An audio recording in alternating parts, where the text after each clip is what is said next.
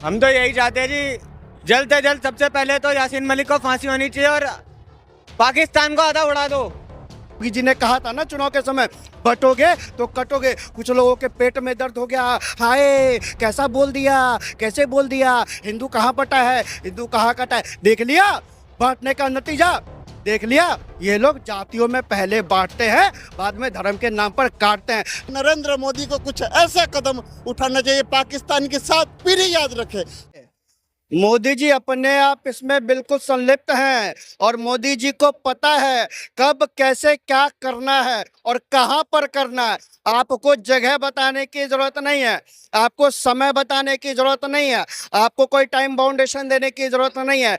देश का प्रधानमंत्री सशक्त है, देश चौकीदार के हाथों में सशक्त है और मोदी जी अच्छी तरह से जानते हैं और उन विरोधियों को भी पता है, पाकिस्तानियों को भी पता है कि हमने छेड़ के गलती किया, अब छेड़ दिया तो वहाँ जो बैठा मोदी है वो छोड़ने वाला नहीं है।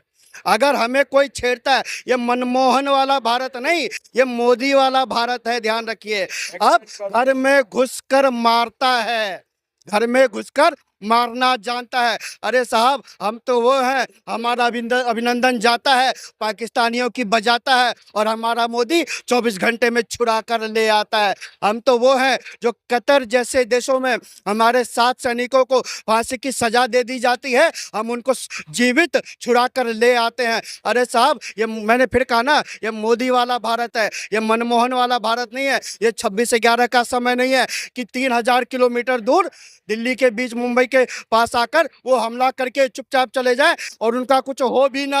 ये भारत है और इसमें अगर कश्मीर के पास गए और हमने दिखाया था, करके दिखाया है, उरी में दिखाया, हमने पुलवामा में दिखाया, सर्जिकल स्ट्राइक करके दिखाया, एयर स्ट्राइक करके दिखाया। अब तो पूरा का पूरा पीओके लेने की तैयारी है, पीओके लेने की तैयारी है और बलूचिस्तान की वहाँ की जनता वो अपनी तैयारी कर। कुछ लोग कह रहे हैं कि ये पाकिस्तान की सोची समझी साजिश है कि हिंदुस्तान में भाईचारा खत्म करे, हिंदू मुस्लिम को लड़वाए।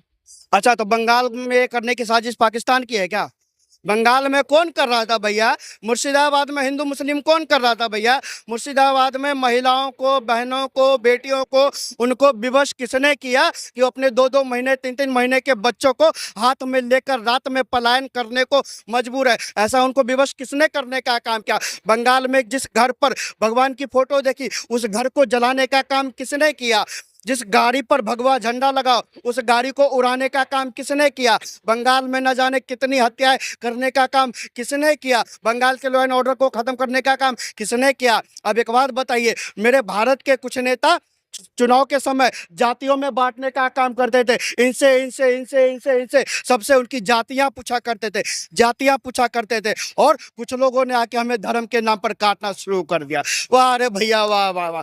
वो लोग नेता हमें जातियों में बांटे और बाद में धर्म के नाम पर काट के ले जाए, लेकिन अब ऐसा नहीं चलेगा। मोदी जी ने, योगी जी ने कहा था ना चुनाव के समय, बटोगे तो कटोगे। कुछ लोगों के पेट में दर्द हो गया, हाय कैसा बोल दिया, कैसे बोल दिया, हिंदू कहाँ बटा है, हिंदू कहाँ कटा है। देख लिया बांटने का नतीजा, देख लिया। ये लोग जातियों में पहले बांटते हैं, बाद में धर्म के नाम पर काटते हैं। तो अब हिंदू भी जाग चुका है और जान चुका है, ना बटेंगे ना कटेंगे। और एक बात मैं कहना चाहता हूँ, अनुराग ठाकुर साहब ने भी कहा था, देश के गद्दारों को गोली मारो सालों को। यहीं के कुछ लोगों को पेट में दर्द हो रहा था, बड़ी पीड़ा हो रही थी, मन मस्तिष्क उनका घूम रहा था।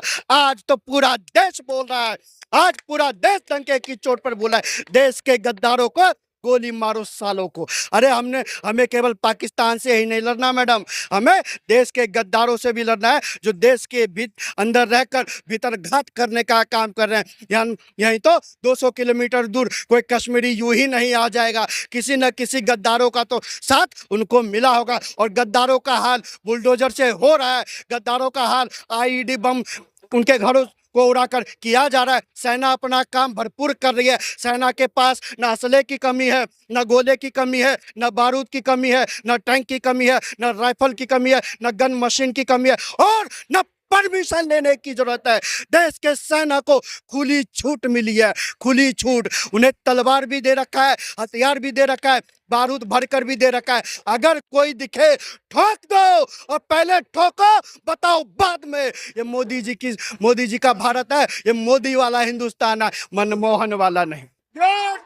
देखिएगा, सुनिएगा, ये सुनते जाइए। देखिएगा, जहां तक है कि अटल बिहारी होते हैं, विल क्लिंटन कहते हैं, परवेज कह रहे हैं कि परमाणु बम फेंकने के लिए, परवेज कह रहे परमाणु बम फेंकने के लिए, यही अटल बिहारी वाजपेयी होते हैं। कहते हैं आपको मैं आश्वासन देता हूं 25% भारत गंवाने के लिए तैयार हूं, कल का सूर्योदय पाकिस्तान नहीं देगा। इसी प्रकार से नरेंद्र मोदी को कुछ ऐसा कदम उठाना चाहिए, पाकिस्तान की 7 पीढ़ी याद रखे। और सुनिएगा, जहां तक कि इंदिरा जी जैसी भी हो, 1971 में दुनिया ने बोला क्या हुआ, बांग्लादेश हुआ। इसी प्रकार से पाकिस्तान के 2 नहीं 4 टुकड़े कर देना चाहिए नरेंद्र मोदी को। ये कहना चाहता हूँ, यासीन मलिक को फांसी देनी चाहिए। क्या कह हमला तो बाद में करना चाहिए, पहले यासीन मलिक को फांसी देनी चाहिए सबसे पहले, तो जो हमारे देश में रहेगा होगा बाद में, कुछ नहीं होगा। मेरे को 1 मिनट को बोल दीजिए।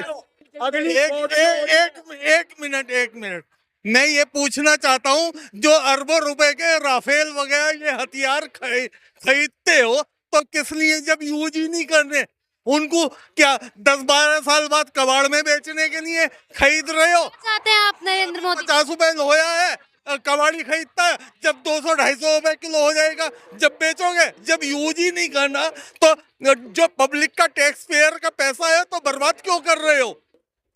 क्या चाहते हैं आप नरेंद्र मोदी से? हम तो यही चाहते हैं जी, जल्द से जल्द सबसे पहले तो यासीन मलिक को फांसी होनी चाहिए और पाकिस्तान को आधा उड़ा दो, कि उनका जो जहाँ पे जितनी सरगना वो है, जितने उन्होंने बना रखे हैं, सबको आधी रात में सब बंकर वंकर सब उड़ा दो, कि वो दोबारा जरूरत कर ही ना पाए। एक बात कहना चाहता हूँ, 4 लाइनों में समझ जाए पाकिस्तान। बेगुनाह मजलूमों की जान लेने वाले, पाकिस्तान तुझे जरूर सवाब मिलेगा।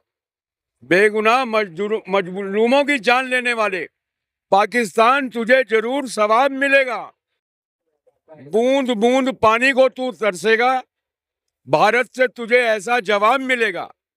हमने सिंधु जल संधि भंग की, तुमने शिमला समझौता रद्द किया, बहुत अच्छे। अब हमें पीओके को कब्जे में लेने का खिताब मिलेगा। शिमला समझौते की वजह से हम पीओके के ऊपर कब्जा नहीं कर पाए थे, ना इंदिरा कर पाई, ना कोई सरकार कर पाई, क्योंकि शिमला समझौता इंदिरा नहीं किया था। अब पाकिस्तान ने शिमला समझौते को डिनाई कर दिया है, ये बहुत अच्छी बात है। और अगर हमारी 6 नदियां 80% पानी पाकिस्तान को देती हैं और 20% पानी हम यूज कर रहे हैं उसका, हमें खाली डैम का फ्लो बदलने की देरी है। और मोदी जी ये कदम उठा चुके हैं। सिंधु जल संधि रद्द कर दी गई है, राफेल बचा के रखा हुआ है। पहले एक बार इनको पानी से ही मार देंगे प्यासा, तब इनको समझ में आएगा। राफेल का काम तो लास्ट में होगा, सिर्फ पानी रोक के ही पाकिस्तान खत्म हो जाएगा। उनके पास नहीं है पानी, उनके पास पाकिस्तान में पानी रोक के खत्म कर देंगे? क्या सारे वहाँ पर आतंकवादी हैं क्या? ये इजराइल की आबादी पता नहीं है, और इंडिया की आबादी कितनी है नहीं पता, पाकिस्तान की आबादी पता नहीं है। मोहल्ले की लड़ाई नहीं है, गाजा और इजराइल मोहल्ले की लड़ाई नहीं है। कितने गाजा दिन हो गए, कितने करोड़ों आदमी मारा गया? गाजा और इजराइल की लड़ाई मोहल्ले की लड़ाई है, ये देश की लड़ाई है। गांधी की ये जो गलती करके गए हैं नेहरू और गांधी, तो उसको तो कम से कम सुधार दो तुम। सुधार दिया ना, पानी पहले पिलाते थे, अब प्यासा मारना तय कर दिया है, प्यासा ही मर जाएंगे, राफेल की जरूरत ही नहीं।